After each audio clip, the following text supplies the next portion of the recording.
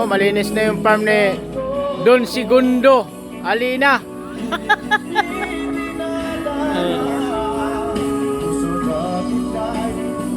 Ano Brad? May ma-harvest na ba tayong talong? Ay puro hinog na eh. Ay hinog na yung mga talong oh. Oh. Yan. Eh yun yung bayabas. Nakita niyo yung bayabas na yan. Ang laki-laki. Hindi lang namumunga. Bakla. Bakla yung bayabas.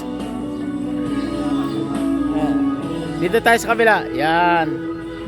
Ayan yung farm boy. Ayan o. Yan. Yan yung owner ng farm dito. Kasi yung mga tanim niya tuyo na.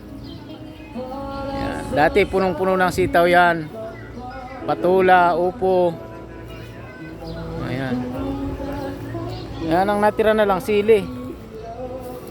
Sili na lang natira. Saka ito. Talong. Yan, talong.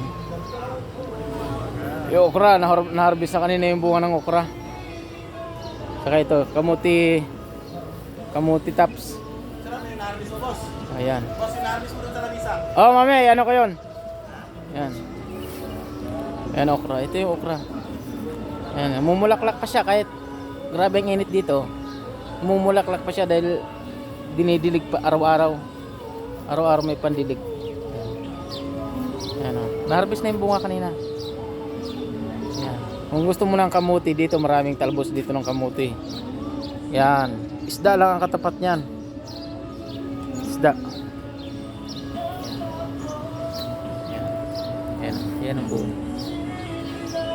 Tapos pag taglamig, maraming tanim dito. Malunggay, ayan. Daming malunggay dyan. Sili. Dami rin. Dito, ano na lang. Karne, saka isda, manok lang bibilin mo. Gulay. Grabe dito ang gulay. Marami. Ayan. Nung ampalaya, dami rito ang ampalaya. Ayan. Dilim dito, maganda. Alugbati. Ayan, alugbati yan. Tapos yun yung kubo. Ayan, kubo. Ayan, na-harvest kanina na ano, okra. Pupunta tayo dun sa kabila. Ayan. Yan, owner din yung may nakaupo na yan. Isa rin niya sa may-ari ng farm dito. Ayan. Ayan.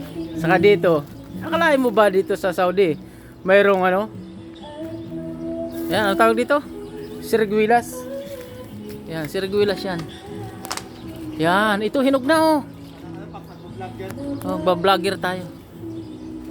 Dali. Yan, ito. Pamalaglag tayo. Yan oh. Ayan. Hinog na oh, tinuka na ng ibon. Kunin natin tong ano.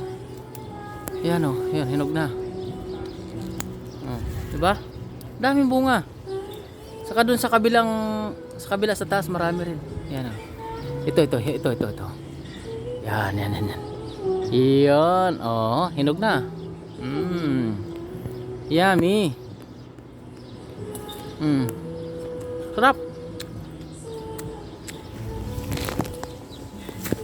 Yan oh, dami yung bunga oh. Taas. Yan.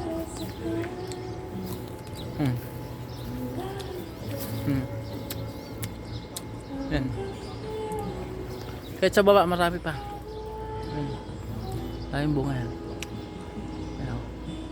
Maliit pa kasi itong puno kaya hindi pa gaano namumunga. Pero doon sa taas, naku, napakarami.